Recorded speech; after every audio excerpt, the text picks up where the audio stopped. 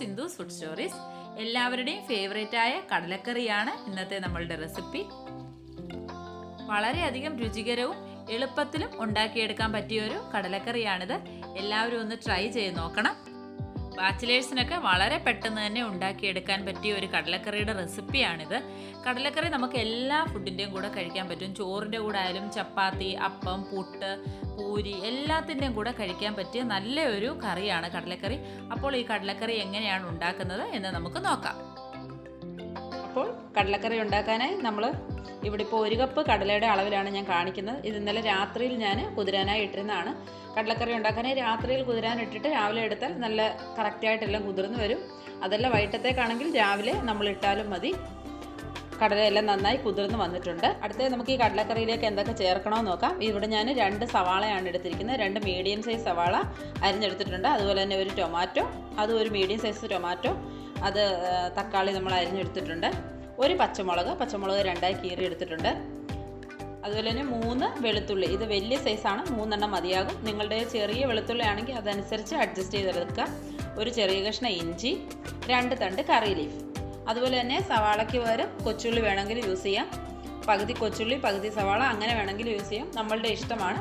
ഇതോടൊപ്പം തന്നെ നമുക്ക് മസാലപ്പൊടികൾ വേണം. അത് ഞാൻ കുക്കിംഗ് ടൈമിൽ കാണിക്കുന്നതായിരിക്കും. ഫസ്റ്റ് നമുക്ക് ഈ കടല ഒന്ന് വേവിച്ചെടുക്കാം.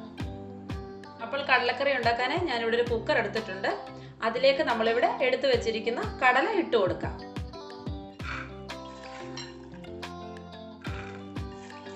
കടല ഇട്ട് കൊടുത്തിട്ടുണ്ട്. അടുത്ത ഇതിലേക്ക് നമുക്ക് 1/4 ടീസ്പൂൺ മഞ്ഞൾപ്പൊടി ചേർത്ത് കൊടുക്കാം. കടലയ്ക്ക് ആവശ്യത്തിനുള്ള ഉപ്പ് ചേർത്ത് കൊടുക്കാം. അടുത്തായി നമ്മളിവിടെ എടുത്തു വെച്ചിരുന്ന സവാള അരിഞ്ഞത്, തക്കാളി, പച്ചമുളക്, കറി ലീഫ് ഇത്രയും ഇട്ട് കൊടുക്കുക. വെളുത്തുള്ളിയും ഇഞ്ചിയും മാറ്റി വെക്കുക.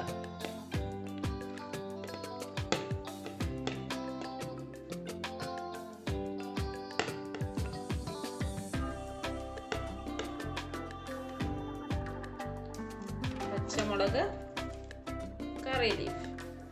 അടുത്തായി നമുക്കിതിലേക്ക് ആവശ്യത്തിനുള്ള വെള്ളം കൂടെ ചേർത്ത് കൊടുക്കാം. വെള്ളത്തിൻ്റെ അളവ് പറയാനാണെങ്കിൽ ഇവിടെ ഞാൻ 2.25 കപ്പ് വെള്ളം ചേർത്തിട്ടുണ്ട്. 1 കപ്പ് കടലയ്ക്ക് അളവ്.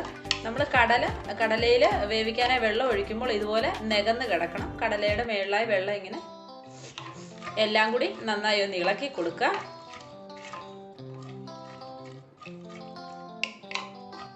അടുത്തായി നമുക്കിത് അടച്ചു വെച്ച് വേവിച്ചെടുക്കാം. നമ്മൾ വെച്ചതിന് ശേഷം ഹൈ ഫ്ലെയിമിൽ 1 വിസിൽ അടിക്കുക. അതിനുശേഷം ഫ്ലെയിം കുറച്ചിട്ട് മീഡിയം ഫ്ലെയിമിൽ 3 വിസിൽ അടിക്കുക. അപ്പോഴേക്കും കടല വെന്ത് കിട്ടുന്നതാണ്. കടല വേകുന്ന സമയം കൊണ്ട് നമുക്ക് ഇതിലേക്കുള്ള മസാലക്കൂട്ട് റെഡിയാക്കാം. മസാല ഉണ്ടാക്കാനായി നമ്മൾ ഒരു മിക്സിയുടെ ജാർ എടുക്കുക. അതിലേക്ക് നമ്മളിവിടെ എടുത്തു വെച്ചിരിക്കുന്ന ഇഞ്ചിയും വെളുത്തുള്ളിയും ഇട്ട് കൊടുക്കുക. ഇഞ്ചിയും വെളുത്തുള്ളിയും ഞാൻ കുറച്ച് ചെറുതായി ഒന്ന് അരിഞ്ഞിട്ടുണ്ട്, നന്നായി അരിഞ്ഞു വരുന്നതിന് വേണ്ടിയാണ്. അപ്പോൾ നമുക്കത് ഇട്ട് കൊടുക്കാം. ഇതോടൊപ്പം നമുക്ക് മസാലപ്പൊടികളും ചേർത്ത് കൊടുക്കണം. ഒരു 2 ടീസ്പൂൺ മല്ലിപ്പൊടി,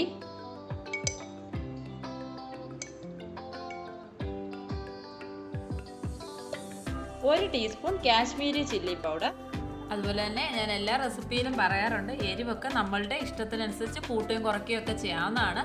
ഇതിപ്പോൾ കറക്റ്റ് എരിവാണ്. ഒരു മീഡിയം ലെവലിലുള്ള എരിവുള്ള കടലക്കറിയാണ്. കുറച്ചും കൂടെ വേണമെങ്കിൽ മുളക് പൊടി അല്പം കൂടെ ചേർക്കാവുന്നതാണ്. 1/2 ടീസ്പൂൺ ഗരം മസാല പൗഡർ.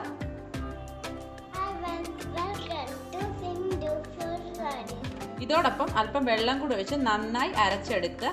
നല്ല ഫൈൻ പേസ്റ്റായി അരച്ചെടുക്കാം. വെള്ളം കൂടി പോകാൻ പാടില്ല.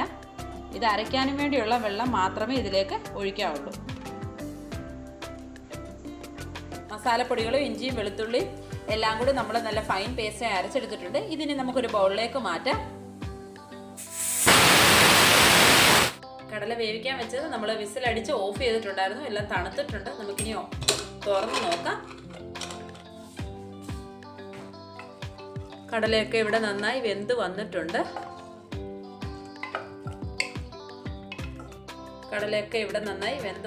നമ്മളിങ്ങനെ പ്രസ് ചെയ്താൽ അത് പൊട്ടി വരണം. അതാണ് അതിൻ്റെ ഒരു പരുവം. അടുത്തായി നമുക്കിതിലേക്കുള്ള മസാല ചേർത്ത് കൊടുക്കാം.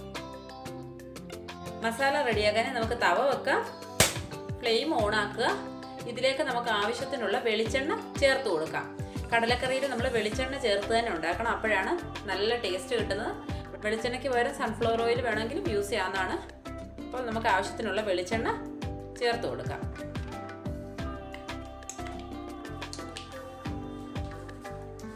എണ്ണ ഒന്ന് ചൂടായി വരുമ്പോഴേക്കും നമ്മൾ അരച്ച് വെച്ച മസാല ഇതിലേക്ക് ചേർത്ത് കൊടുക്കാം. അതുപോലെ തന്നെ ലോ ഫ്ലെയിമിലേക്ക് ആക്കിയിട്ട് വേണം നമ്മൾ ചേർത്ത് കൊടുക്കാൻ, അല്ലെങ്കിൽ മസാല പെട്ടെന്ന് തന്നെ എല്ലാം കരിഞ്ഞു പോകും.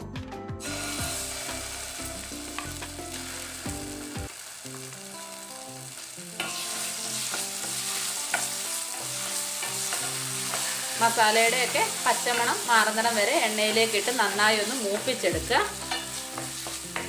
മസാല അടിക്ക് പിടിക്കാതെ എല്ലാം കൂടി നന്നായി ഇളക്കി കൊടുക്കുക. എണ്ണയൊക്കെ നമ്മുടെ ആവശ്യത്തിന് ചേർക്കാവുന്നതാണ്. വെളിച്ചെണ്ണ നിങ്ങൾക്ക് ആവശ്യമാണെങ്കിൽ കുറച്ചും കൂടെ ചേർത്ത് കൊടുക്കാം. മസാലയുടെ പച്ചമണം എല്ലാം മാറി ഇവിടെ റെഡിയായി വന്നിട്ടുണ്ട്. ഇനി നമുക്കിതിലേക്ക് വേവിച്ച് വെച്ചിരിക്കുന്ന കടല ചേർത്ത് കൊടുക്കാം.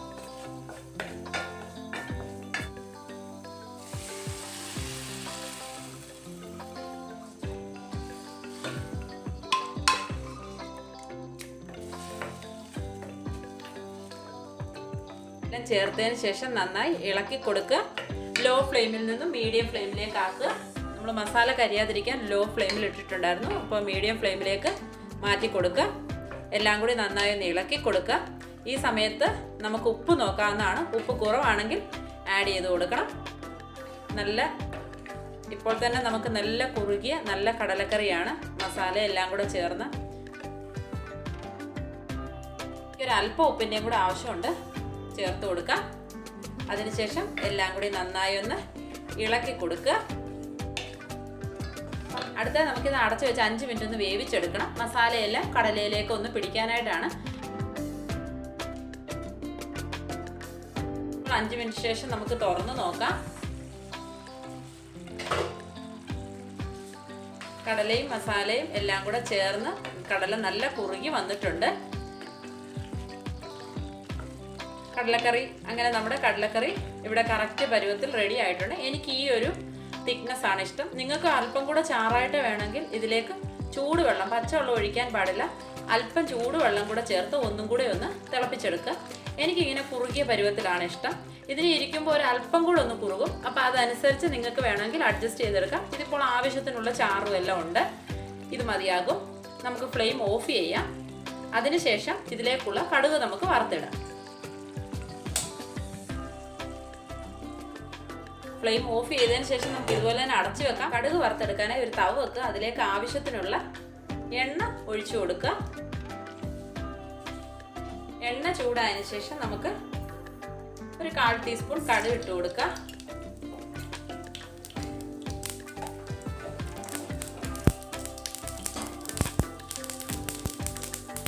കടുകെല്ലാം പൊട്ടിയതിനു ശേഷം വറ്റൽ മുളക് കൂടെ ഇട്ട് കൊടുക്കുക.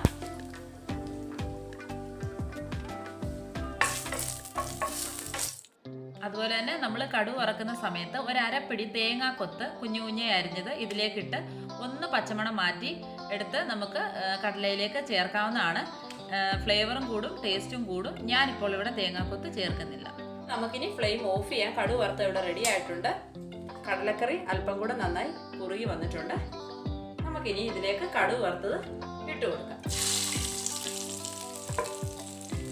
അങ്ങനെ നമ്മുടെ ഈസി ആൻഡ് ടേസ്റ്റി കടലക്കറി ഇവിടെ റെഡി ആയി കഴിഞ്ഞു. നല്ല കടലക്കറിയുടെ മണമൊക്കെ വരുന്നുണ്ട്. നല്ല മസാലക്കൂട്ടും എല്ലാം നല്ലതായിട്ട് നല്ല മണം നമുക്ക് കിട്ടുന്നുണ്ട്. അപ്പോൾ നമുക്കിനി ഇതൊരു ബൗളിലേക്ക് മാറ്റാം. അപ്പോൾ ഫ്രണ്ട്സ്, നമ്മളുടെ ഈസി ആൻഡ് ടേസ്റ്റി കടലക്കറി ഇവിടെ റെഡി ആയി കഴിഞ്ഞു. വളരെ ഈസിയാണ് ഉണ്ടാക്കാൻ. നിങ്ങൾക്ക് തന്നെ കണ്ടു കഴിഞ്ഞാൽ മനസ്സിലാവും. ബാച്ചിലേഴ്സിനൊക്കെ വളരെ പെട്ടെന്ന് തന്നെ ഉണ്ടാക്കിയെടുക്കാൻ പറ്റുന്നതാണ്. എല്ലാവരും ഈ കടലക്കറി ഒന്ന് ഉണ്ടാക്കി നോക്കണം. ഇഷ്ടമായാൽ കമൻറ്റുകൾ അറിയിക്കുക. അതുപോലെ തന്നെ എൻ്റെ ഈ വീഡിയോ കണ്ട് ഇഷ്ടമായാൽ ഒരു ലൈക്ക് ചെയ്തതിന് ശേഷം ഇതൊന്ന് ഷെയർ ചെയ്ത് എന്നെ സപ്പോർട്ട് ചെയ്യുക. ഓക്കെ ഫ്രണ്ട്സ്, നെക്സ്റ്റ് നല്ലൊരു വെറൈറ്റി റെസിപ്പിയുമായി വീണ്ടും കാണാം. Thank you.